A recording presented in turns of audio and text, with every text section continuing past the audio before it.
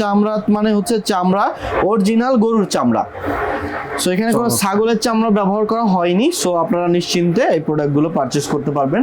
এরপর এই যে দেখেন এই মডেলটা, এটা হচ্ছে আপনার টিপিইউ সোলের উপরে করা, পিউ সোলের উপরে করা। এটার প্রাইস দিচ্ছি একদম 1490 টাকা।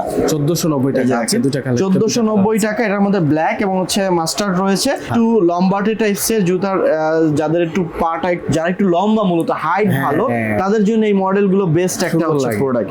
সো এটার মধ্যেও দুইটা কালার ভেরিয়েন্ট, প্রাইস হচ্ছে অনলি 1490 টাকা। 1490 টাকা।